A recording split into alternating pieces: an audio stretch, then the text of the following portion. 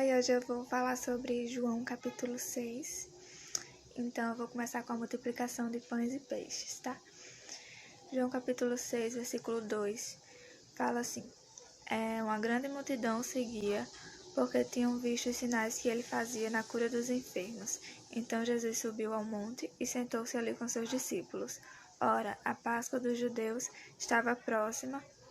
Então Jesus, erguendo os olhos e vendo uma grande multidão se aproximava, disse a Felipe: Onde compraremos pão para dar de comer?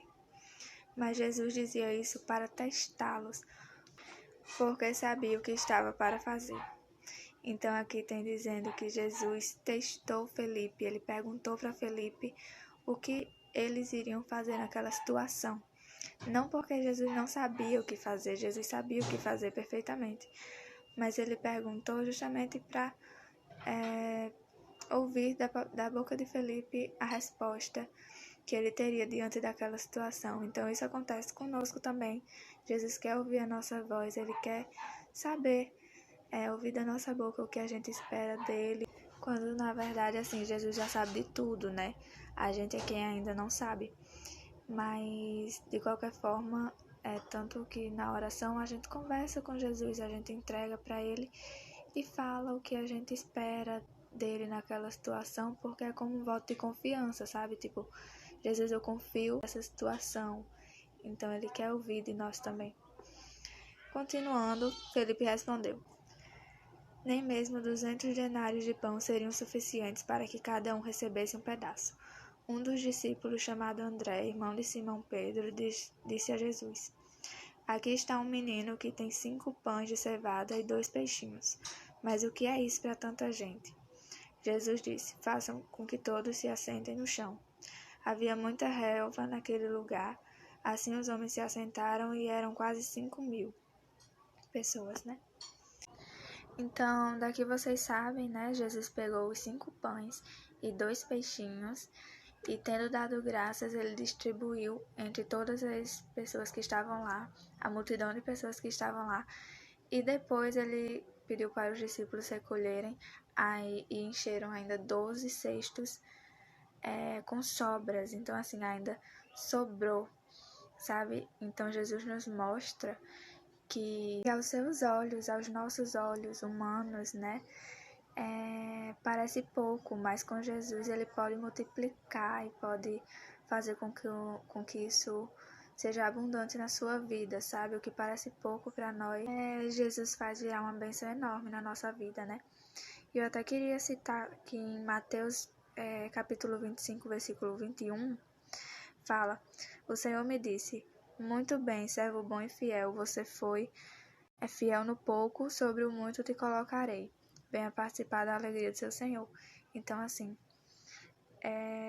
o nosso Senhor, o Deus que servimos, né, o Jesus que servimos, ele é assim, sabe? Ele valoriza a nossa fidelidade entre o pouco e ele nos coloca sobre o muito, né? A situação pode parecer pouco para você, mas valorize e seja grato, porque ele te colocará sobre o muito, com certeza. Nosso Senhor é justo e ele age dessa forma. Continuando, pessoal, agora falando sobre Jesus anda sobre o mar. A partir do versículo 16 do capítulo 6, mas eu vou acrescentar aqui uma passagem que está lá em Mateus capítulo 14, que, para quem não sabe, os evangelhos contam a história de Jesus, só que de perspectivas diferentes, né? São diferentes pessoas narrando a mesma história. Então, é a mesma passagem, conta que os discípulos até chegaram a achar que era um fantasma quando viram Jesus andando sobre o mar, né? E ficaram com muito medo, mas Jesus imediatamente lhes disse: Coragem, sou eu, não tenham medo. Então Pedro disse: Se é o Senhor mesmo, mande que eu vá até aí andando sobre as águas.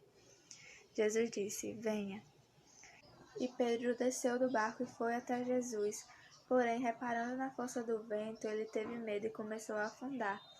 Então ele disse: Salva-me, Senhor. E Jesus prontamente estendeu a mão e o salvou, o colocando novamente para o barco. E Jesus disse: Homem de pouca fé, por que duvidou? Subindo ambos para o barco, o vento cessou E os que estavam no barco o adoraram, dizendo: verdadeiramente, o Senhor é o Filho de Deus. E, gente, eu acho essa passagem muito interessante, mesmo, porque ela mostra um pouco de quem Jesus é para nós. Sabe, Jesus é maravilhoso e nela mostra sobre isso. Ele andando sobre as águas, que já é algo sobrenatural, né? Pedro falou: se é o Senhor mesmo, então faça com que eu ande sobre as águas. E ele fez Pedro andar sobre as águas, no simples ato de falar: venha. Sabe, isso mostra muito que, assim, nós temos livre acesso para ir até Jesus, sabe? Ele nos permite, ele nos dá essa autoridade de ir até ele, sabe? Então, logo depois fala que Pedro, reparando, porém, na força do vento, teve medo, começando a afundar. Isso nos mostra que Pedro, ele tirou o foco de Jesus e começou a prestar atenção no que estava acontecendo ao seu redor, sabe? Na circunstância em que ele se encontrava, que era uma circunstância de tempestade, de ventos fortes. E ele usou a lógica natural dele, acreditando que aquela situação faria com que ele afundasse, e ele realmente começou a afundar. Então, nessa situação, ele gritou: salva-me, Senhor.